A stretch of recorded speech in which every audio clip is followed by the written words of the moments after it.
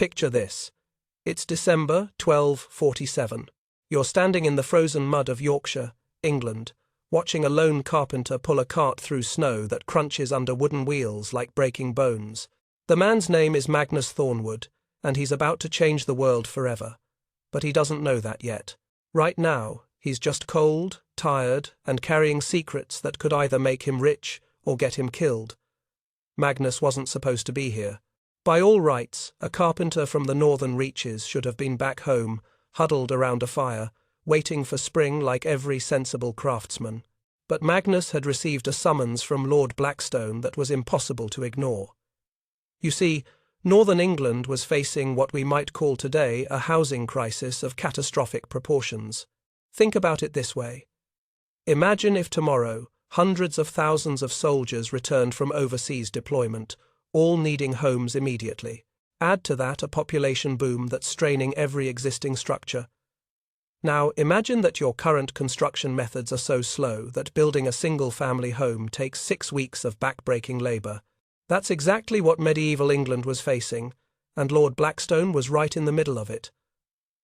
Blackstone had a problem that went beyond just housing.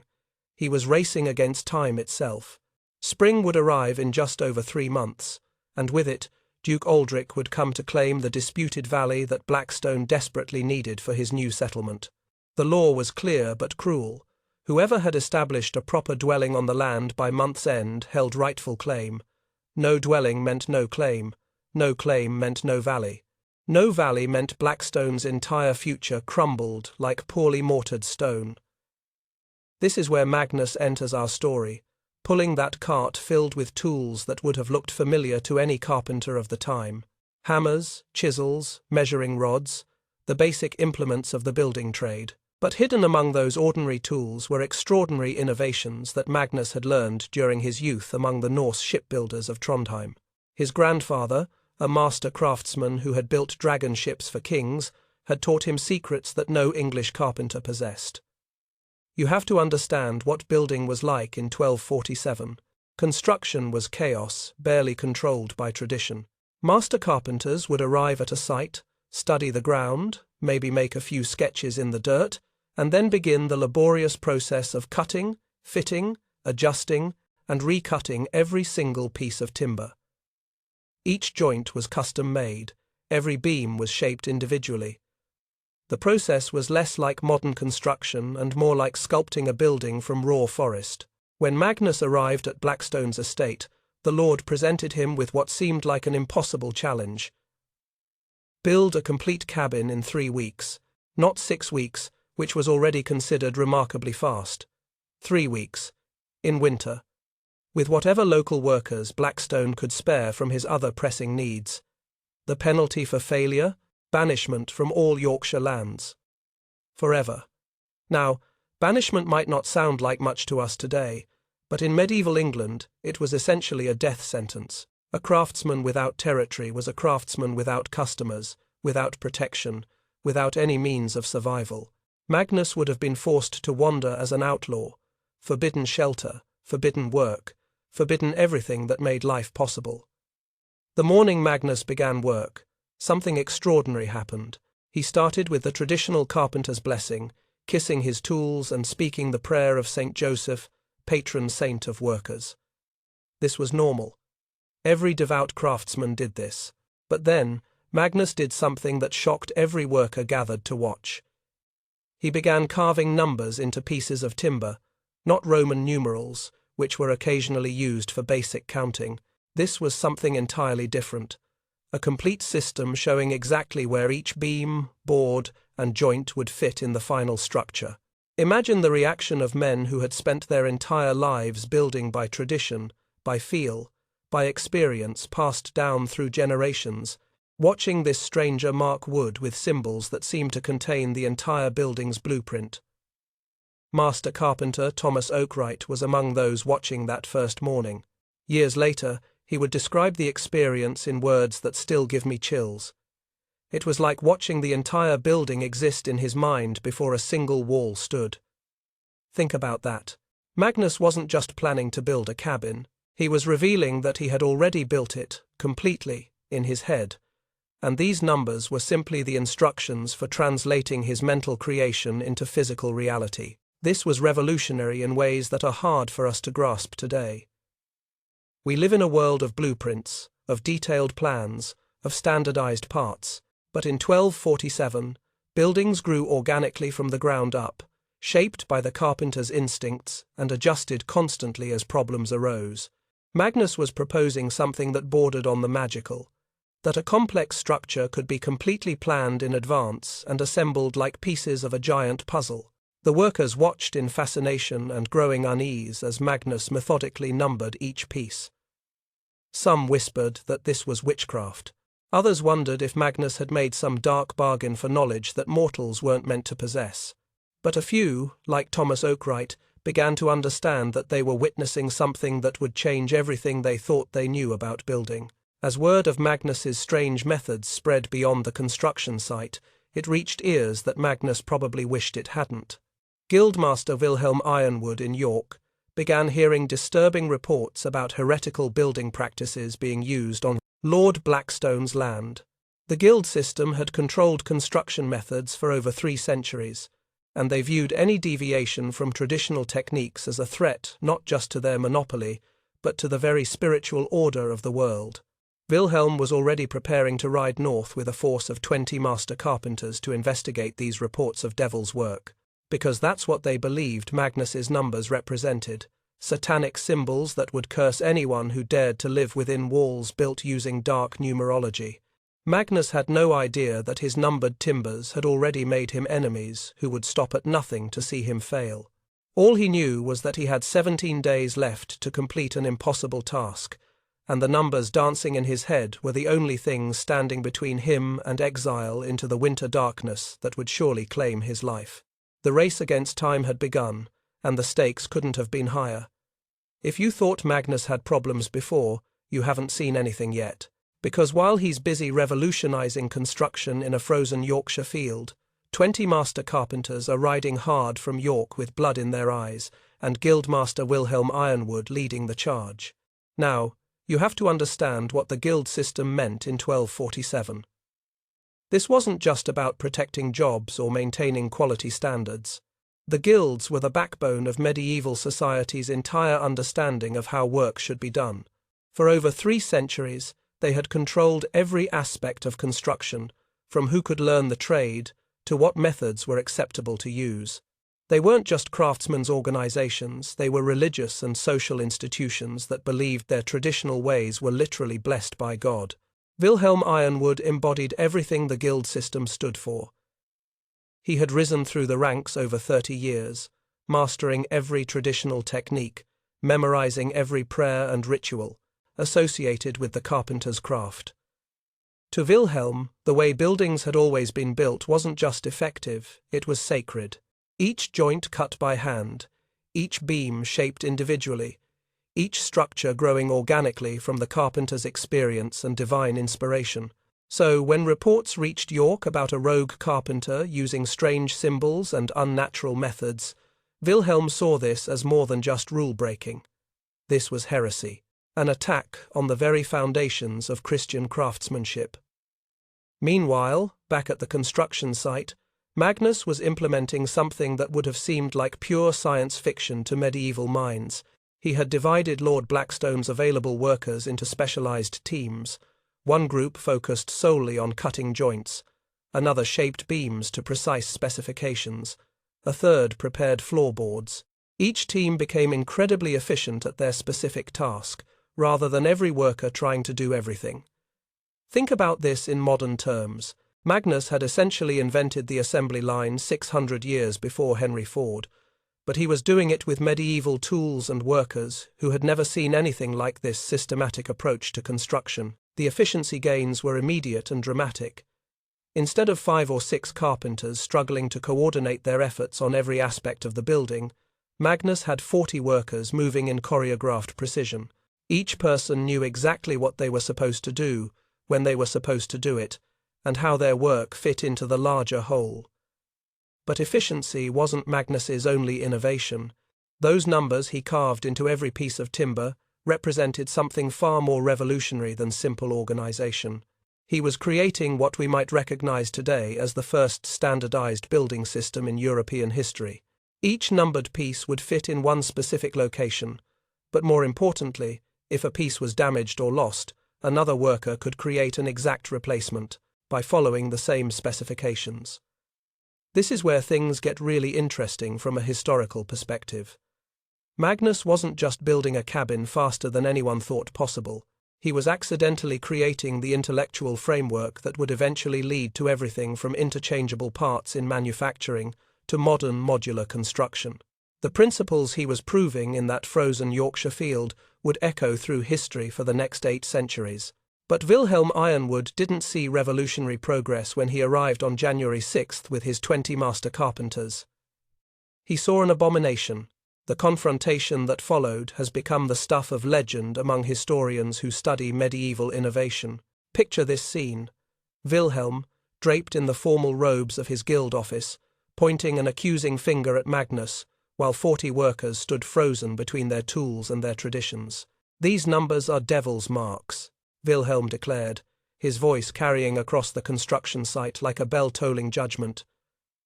"No Christian carpenter marks God's timber with satanic symbols that will curse any who dwell within." Magnus's response was brilliant in its simplicity. Instead of arguing about supernatural forces or guild regulations, he did something that completely reframed the debate. He quoted scripture. "Did not the Lord himself give Noah precise measurements for the ark?" Magnus called out, his voice steady despite the magnitude of the accusation facing him. 30 cubits high, 50 cubits wide, 300 cubits long. Were these divine numbers also devil's work? The theological implications of Magnus's defense sent ripples through the crowd. Every Christian knew the story of Noah's ark. Every carpenter had heard sermons about how God himself had provided specific building instructions. If divine measurements were acceptable for Noah, how could human measurements be satanic for Magnus? But Wilhelm wasn't about to concede the first argument that easily.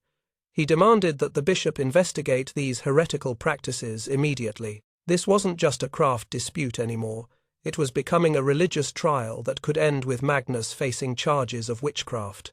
That night, as Magnus worked by torchlight preparing rafters for the next day's assembly, 3 hooded figures crept toward his workshop.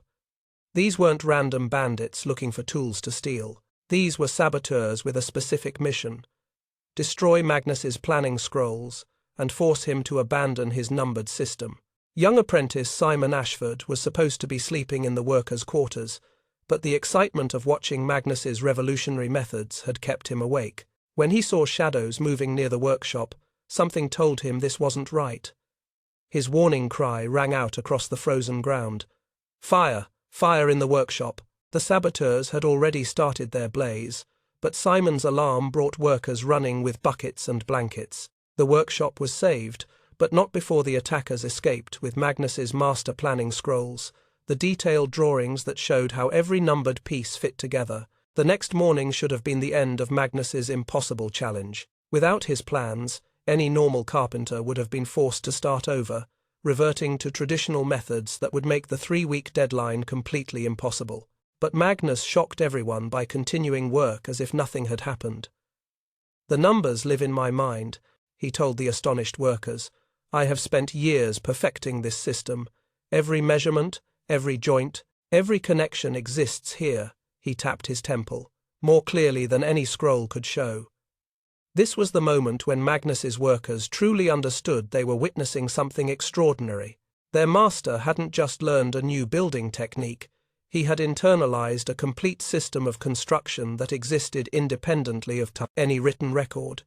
He was, in effect, a living blueprint, capable of recreating his plans from pure memory. While Magnus demonstrated that his numbered system couldn't be destroyed by burning scrolls, his wife Alice was fighting a different kind of battle.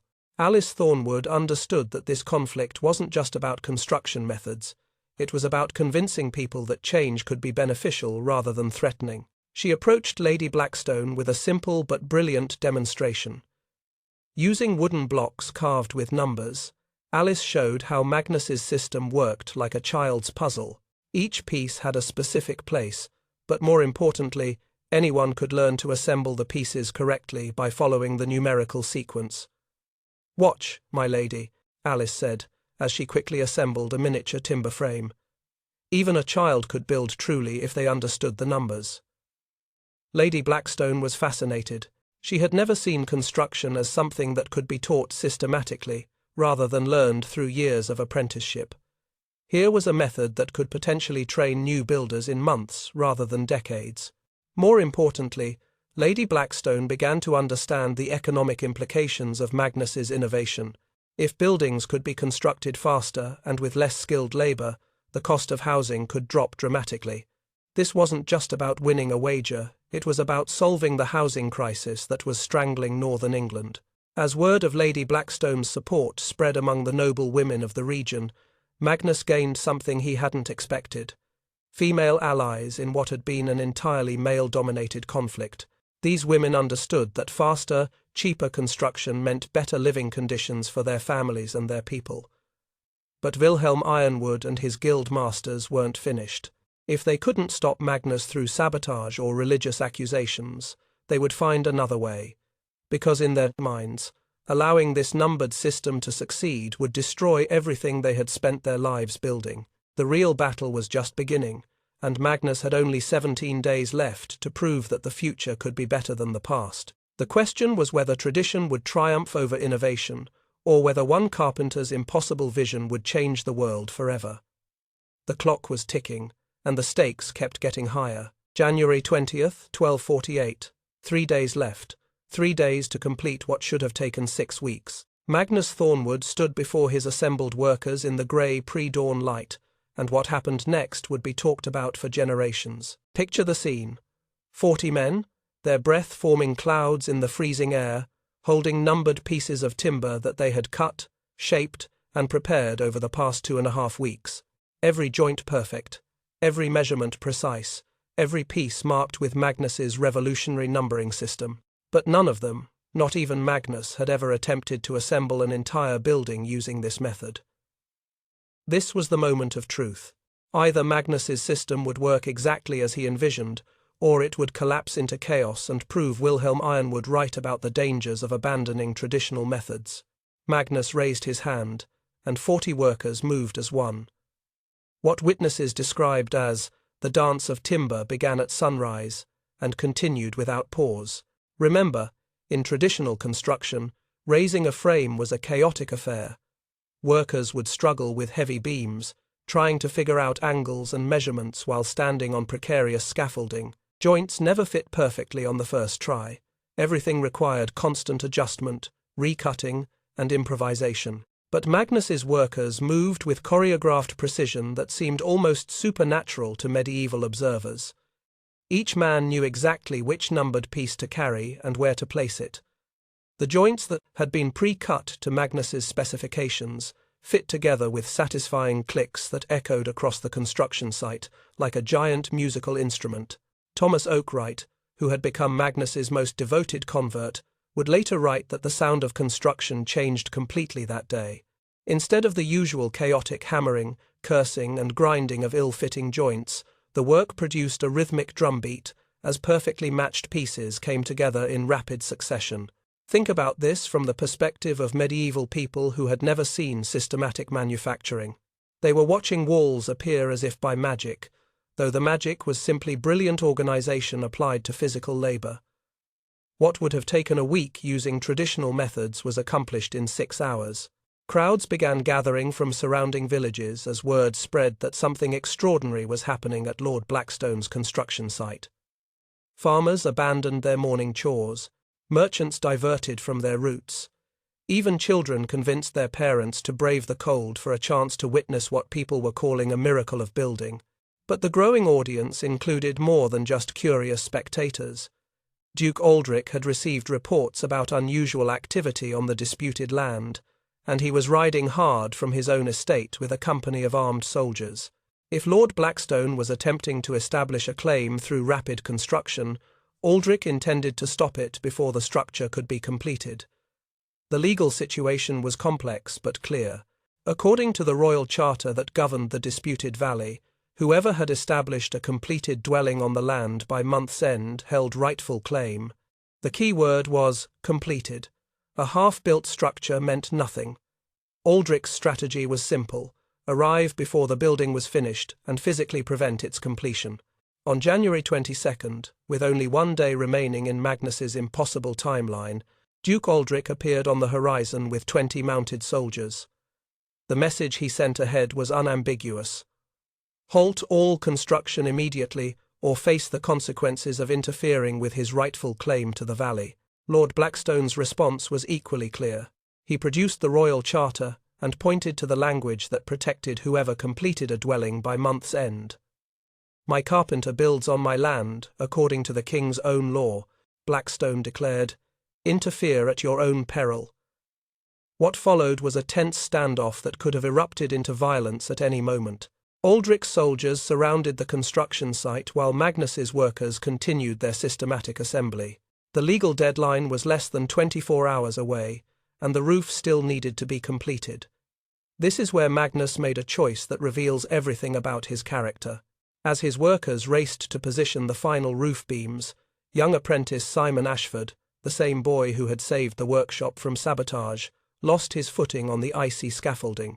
Simon fell 20 feet, landing hard on the frozen ground with an impact that could be heard across the construction site. Magnus faced an impossible decision. His workers needed his constant direction to complete the roof assembly. Every minute of delay brought them closer to missing the legal deadline that would cost Lord Blackstone everything. But Simon lay motionless, possibly dying, and Magnus was the only person present with medical knowledge gained during his travels. Without hesitation, Magnus abandoned his position, directing the final construction phase. He rushed to Simon's side, using techniques learned from Norse healers to assess the boy's injuries. Simon had a broken leg and possible internal damage, but he was alive.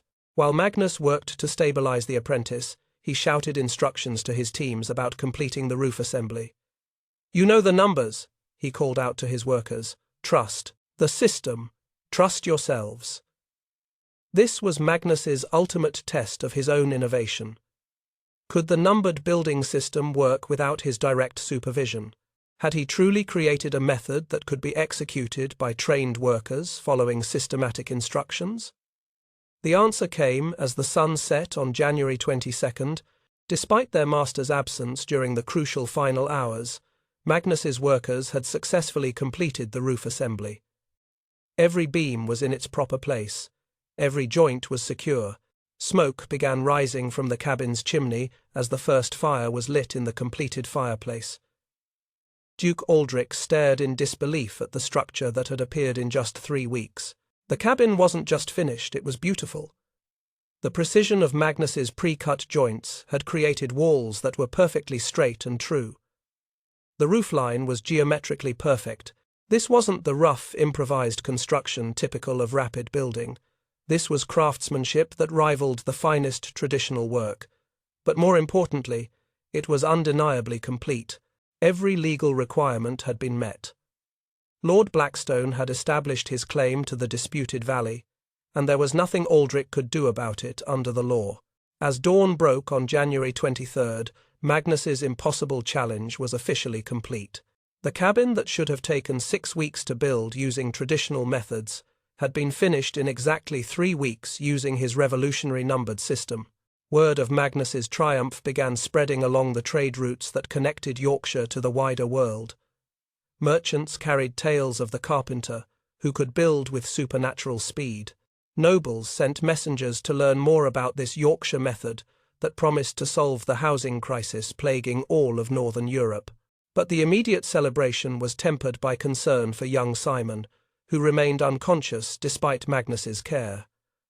The boy who had helped save Magnus's workshop from sabotage now lay fighting for his life because of his dedication to the revolutionary construction project. Magnus knelt beside Simon's still form, realizing that his greatest triumph was overshadowed by the possibility that his innovation had cost a young life. The numbers that had seemed so perfect, the system that had worked so flawlessly, suddenly felt hollow compared to the human cost of progress. Simon's fate would determine whether Magnus's victory was truly complete, or whether the price of innovation had been too high to bear. The cabin stood finished, smoke rising from its chimney into the winter sky. But the story was far from over. Young Simon Ashford opened his eyes 3 days after his fall, looked up at Magnus Thornwood, and spoke the words that would echo through history. "Master, did we finish the cabin?" Magnus laughed, the first genuine laughter he had felt since beginning his impossible challenge. Simon would recover completely, though he would walk with a slight limp for the rest of his life. More importantly, he would become one of the first teachers of Magnus's revolutionary building system, carrying the numbered method to construction sites across England and beyond. But let's step back and understand what had actually happened during those 3 weeks in frozen Yorkshire. Magnus hadn't just won a wager or built a cabin faster than anyone thought possible. He had accidentally triggered what historians now recognize as the first systematic revolution in European construction technology. Think about this in terms of scale. For over 3 centuries, buildings had been constructed using methods that changed so slowly they were essentially static. A carpenter in 1247 used basically the same techniques as his great-great-grandfather. Innovation happened gradually, incrementally, through tiny improvements passed down through guild apprenticeships. Magnus had compressed centuries of potential development into 3 weeks. His numbered system represented a complete paradigm shift from craft-based construction to systematic, reproducible building methods. And word of this shift spread along medieval trade routes faster than plague. Within 6 months, progressive lords from Scotland to Normandy were sending representatives to learn the Yorkshire method. Some came openly, offering payment for training. Others sent spies disguised as workers or merchants. A few attempted to kidnap Magnus's trained carpenters to force them to reveal the secrets of numbered construction. Magnus faced a choice that would define not just his own future, but the future of building itself. He could hoard his knowledge, keeping the numbered system secret and charging enormous fees for its use. This would have made him personally wealthy beyond imagination, but it would have limited the spread of his innovation. Instead, Magnus made a decision that reveals his true genius. Rather than hoarding his knowledge, he established what he called the Guild of Numbered Builders. For a fair fee, substantial but not prohibitive, Magnus would teach his techniques to qualified craftsmen. More revolutionary still, he created what historians recognize as Europe's first technical franchise system. Licensed builders could use Magnus's methods and even his name, but they had to follow his specifications exactly and maintain his quality standards. They could train apprentices in the numbered system, but those apprentices had to be certified by Magnus or his approved masters. In effect, Magnus created a controlled network of innovation that could spread rapidly while maintaining consistency. The results were extraordinary. By 1250, just 3 years after that frozen Yorkshire morning, modified versions of Magnus's method had reduced castle keep construction time by 40%. This seemingly technical improvement had massive strategic implications. Kings could now fortify territory faster than ever before, changing the entire balance of military power across Europe. Edward I's rapid fortification of Wales 30 years later, that was only possible because English engineers had adapted Magnus's systematic approach to large-scale military construction. The speed with which Edward could build castles in conquered territory allowed him to maintain control that would have been impossible using traditional building methods. But the spread of Magnus's innovation wasn't limited to military applications. Merchants discovered that numbered building systems could create standardized shops and warehouses. Monasteries found they could construct new facilities with unprecedented speed. Even simple farmers began using simplified versions of the method for barn construction. The Black Death of 1348 nearly destroyed everything Magnus had built. The plague killed master carpenters faster than they could train replacements. Entire guilds of numbered builders vanished as the disease swept through Europe. For a few terrifying years, it seemed like Magnus's revolutionary system might die with the generation that had learned it. But Magnus had done something that proved to be far more important than anyone realized at the time. He had insisted that his methods be written down in detailed manuscripts. These weren't just simple instruction manuals, they were complete technical guides that included drawings, measurements, and step-by-step procedures. When traditional guild knowledge died with the plague victims, written records couldn't replace the lost master craftsman.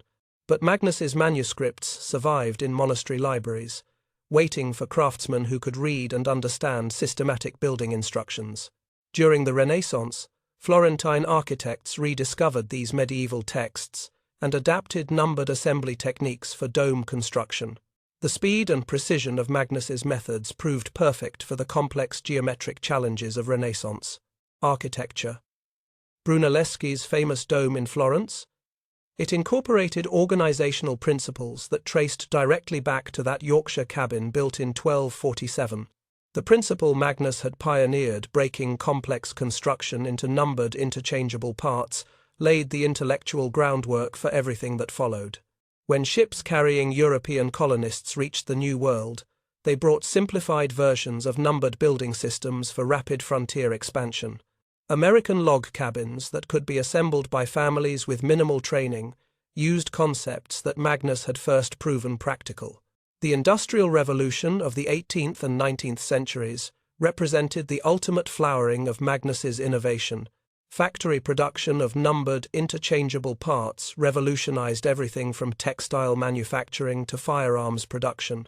Brunel's Crystal Palace, that marvel of Victorian engineering, was essentially a massive version of Magnus's original concept.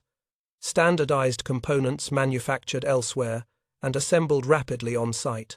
Today, when disaster relief organizations ship numbered components for rapid shelter construction to earthquake or hurricane zones, they're following principles first proven on a frozen Yorkshire morning, nearly 800 years ago. The emergency housing that can be assembled by volunteers with minimal training in a matter of hours, that's Magnus Thornwood's legacy, carried forward through 8 centuries of continuous development. But what happened to Magnus himself? He lived to see his innovation spread across Europe, but he never sought the wealth or fame that his system could have brought him. Instead, he continued teaching, refining his methods, and training new generations of numbered builders. Magnus established a school at Lord Blackstone's estate that became the premier centre for systematic construction education in medieval Europe. Students came from across the known world to learn not just how to build using numbers, but how to think systematically about complex problems. This might be Magnus's most important legacy. He didn't just invent a faster way to build. He demonstrated that traditional methods could be analyzed, improved, and systematized. He proved that innovation didn't have to happen accidentally over generations, it could be pursued deliberately and systematically. Young Simon Ashford, the apprentice who had nearly died during the roof assembly, became Magnus's most successful student. Simon established numbered building schools across England and Scotland, adapting Magnus's methods for different regional needs and materials. By the time Simon died in 1321, systematic construction had become the standard across northern Europe. Magnus Thornwood died peacefully in 1291, surrounded by grandchildren who were practicing his craft and great-grandchildren who would carry his methods into the 14th century. He had lived to see his impossible 3-week challenge transform into a revolution that changed not just how humans build, but how they think about organizing complex tasks. His final words, recorded by his grandson Thomas, were characteristic of the man who had started it all. "The numbers don't lie, boy. Trust the system, and the system will serve you well." Today, when we see construction crews assembling prefabricated buildings with mechanical precision, when we watch disaster relief shelters rising in hours rather than weeks, when we take for granted that complex structures can be planned completely before ground is ever broken, we're witnessing the continuing legacy of a medieval carpenter who dared to carve numbers into timber during a frozen Yorkshire winter. Magnus proved that one person with a revolutionary idea and the courage to implement it can change the world forever. His story reminds us that innovation often comes from unexpected places, that the most important breakthroughs often seem impossible until someone makes them inevitable. The cabin Magnus built in 3 weeks stood for over 400 years before being carefully dismantled and reconstructed as a monument in the village square. But his true monument isn't made of timber and stone. It's made of every building that has been constructed faster, better, and more efficiently, because one man looked at an impossible challenge and decided that impossible just meant no one had figured out the right system yet. Magnus Thornwood changed how we build, but more importantly, he changed how we think about the relationship between tradition and innovation, between the impossible and the inevitable. His legacy lives on every time someone looks at an old problem and asks, what if there's a better way?